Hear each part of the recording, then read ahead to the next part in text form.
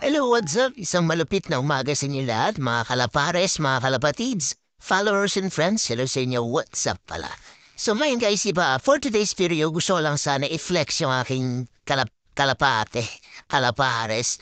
Ayun, so ito yung ating red check. Ito yung dating pares ng ating kalawang, which is ayan, yung hen. So hiniwalay ko muna sila kasi nga, wala ako nakikitang pagbabago o pagbabago, progress din sa kanilang pagsasama sa fulungan. Hindi sila malambing, hindi malambing si Cap. Itong si Hen, umuungo na, tinukutuhan niya na si Cap, pero si Cap talaga hindi pa siguro ready. So kaya sineparate ko muna sila and then nakakuha nga ako ay nakakita ko ng isang pack. So binili ko lang to isang cup na to. So hindi ako alam ko anong line nito pero ay kita yun ng borga, malaki yung ano niya, malaki yung ilong niya and maganda, mukhang maganda naman yung lahi. So ayan, so sila pinagpares ko and sumagot naman sila pareha kasi nga si Cap is pares na rin and then si Hen ay pares na rin. And then dun sa dati kong tinanungan, itong hen natin ay nagkaroon na rin ng itlog.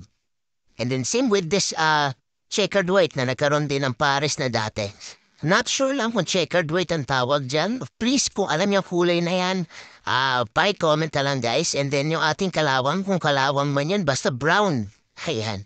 So, ayun. So, paano ba natin malalaman kung nagpapares na or pares na yung dalawang kalapate?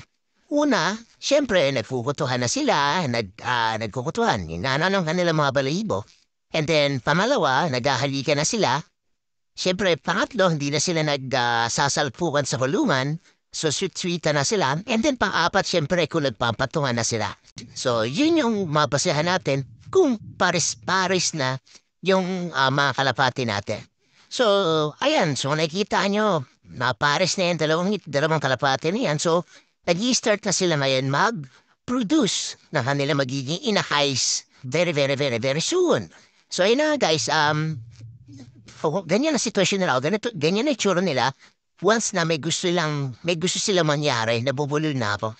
May gusto silang mangyari sa kanilang dalawa or kung gusto nilang magpatungan or sa madaling salita, magtali.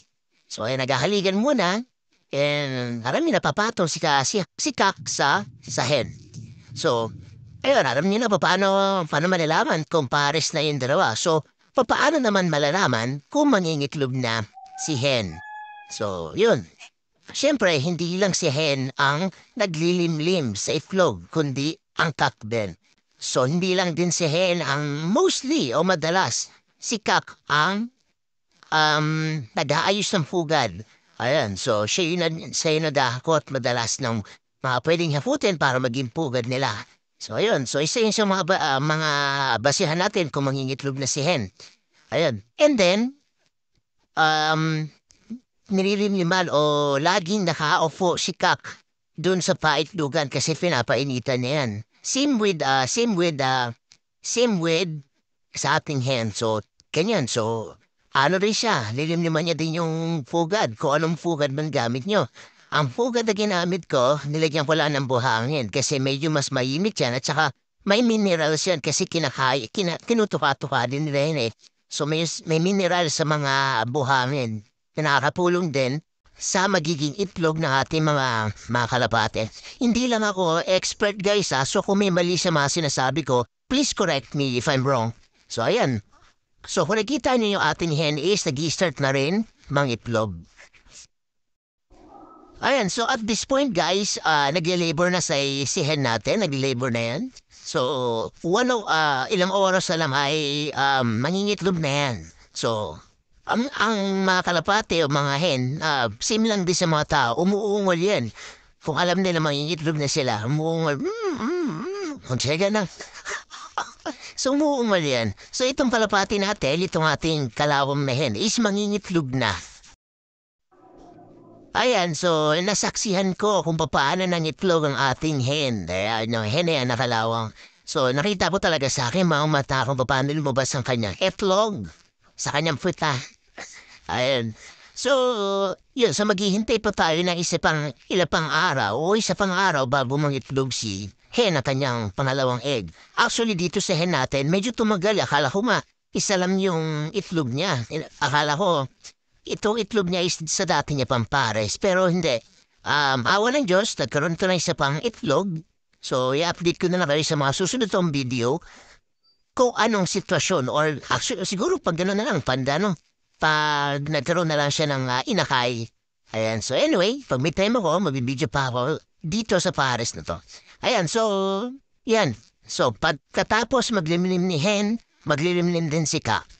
So, yun lang muna guys for update. Thank you and bye-bye. Thank you sa mga supporters natin and sana dumami pa tayo dito sa TikTok and samahan nyo rin ako sa YouTube and sa Facebook po. Thank you, mga kalapares, and bye-bye again from 5. So yun guys, nagbabay na ako pero nakalimutan ko meron pa palang sunod na video clip. So ito na nga guys, after 3 days or 2 days yata, lumabas naman yung pangalawang itlog. Ayun lang, baka sabihin nyo, hindi ko na kayo in-update regarding dito sa ating sa ating hen. Dito sa pares ito, dalawa na kanya itlog na yun, ha? Okay? Okay, bye-bye. Bye-bye na talaga, bye-bye.